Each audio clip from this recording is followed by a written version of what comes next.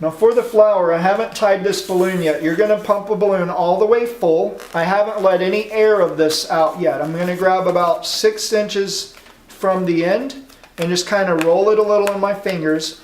Then I'm going to let out a bunch of air from this balloon till you start to get this little bit forming right here.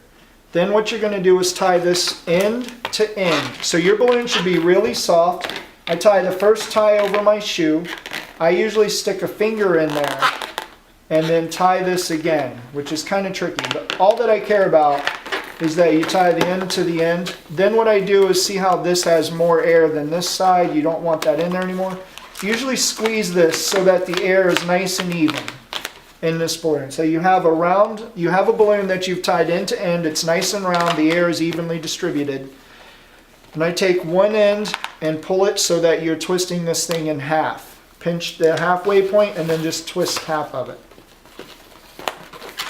Then what you're going to do is take this and twist it into thirds. What some people do is fold it over and under to kind of get an idea where they should twist this thing.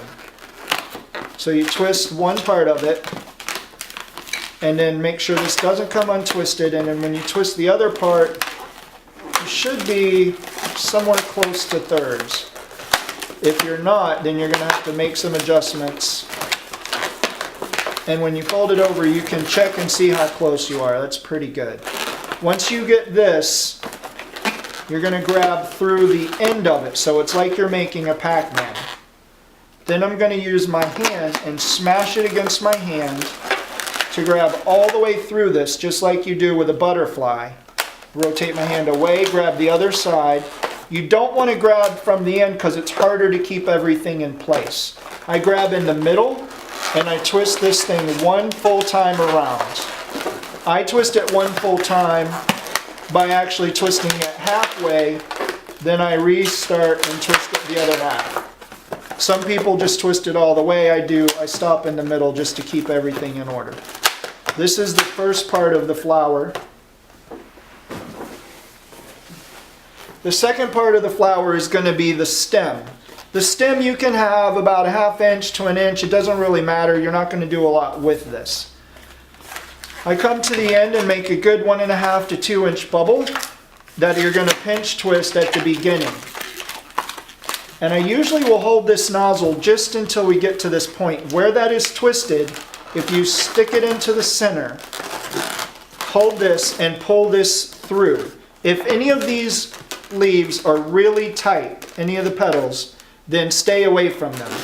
But pull this thing down to the other side. I usually make sure that this looks nice and pretty in the middle. About an inch after I'm done, I'm going to bend it and squeeze. About an inch after that, I'm going to twist it. You're going to make 3 loop twists. I usually make these about 4 to 5 inch bubbles a piece.